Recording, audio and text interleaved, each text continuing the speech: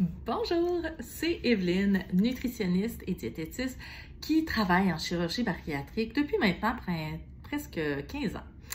Alors, bien que je sois donc une experte en nutrition, bien que je sois une diplômée universitaire dans la profession qu'est la nutrition, je trouve que c'est super important et pas suffisamment abordé avec autant de précision l'importance, oui, de la motivation avant la chirurgie, mais aussi, comment dire, faire en sorte que ce n'est pas le poids final qui devient, au fond, l'élément de réussite ou pas.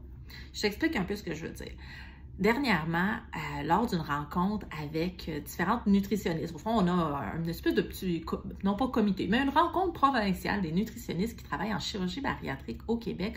On avait un invité super intéressant, donc Dr. Sylvain Iceta, donc qui est un psychiatre spécialisé, entre autres, en chirurgie bariatrique, mais en troubles du comportement alimentaire. Vous aurez donc compris que j'aime beaucoup discuter avec lui.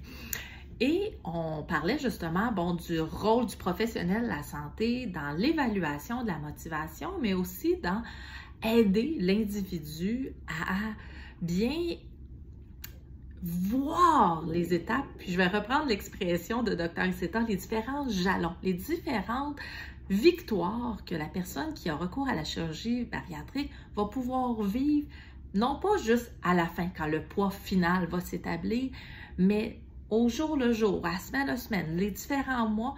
Des fois, ça devient presque évident qu'on vient de passer un jalon important.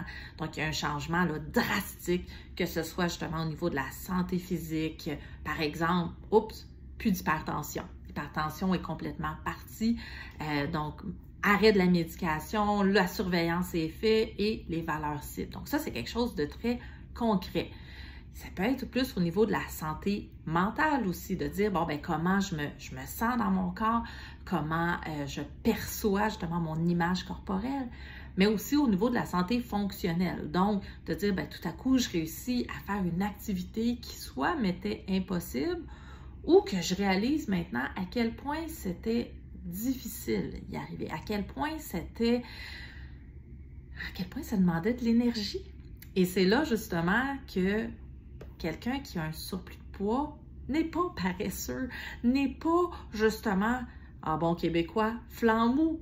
Non, c'est que tout demande beaucoup plus d'énergie, d'effort, parce que supporter ce surpoids-là fait en sorte que oui, il y a certaines activités qui, pour quelqu'un avec un poids plus, notez les guillemets, normal, plus sain du moins pour ses articulations, pour sa masse musculaire, ça va demander beaucoup moins d'efforts. Donc, c'est important, lorsque possible, d'essayer de célébrer chacune de ces victoires-là en cours de processus de perte de poids suite à la chirurgie. Et puis ça, ces premiers jalons-là peuvent survenir dans les premiers jours, dans les premières semaines, assurément. Et puis, c'est justement de profiter du parcours et non pas juste la destination finale qui va être le fameux poids atteint. Parce qu'en bout de ligne, est-ce que vous le faites uniquement pour le poids? Puis bien souvent, la réponse, ça va être, non, pas juste pour ça, mais. Donc, essayez de travailler tout de suite, c'est quoi ces différents jalons-là pour vous? C'est quoi qui est important pour vous dans votre quotidien, dans vos valeurs? Parce que oui, ça a une importance, parce que non, chaque individu ne le fait pas pour les mêmes raisons. Et ça, même si les professionnels de la santé ont toujours, c'est normal, ont toujours une vision axée, entre autres, sur la santé physique, d'aller plus loin pour vous, pour bien établir quels sont mes jalons.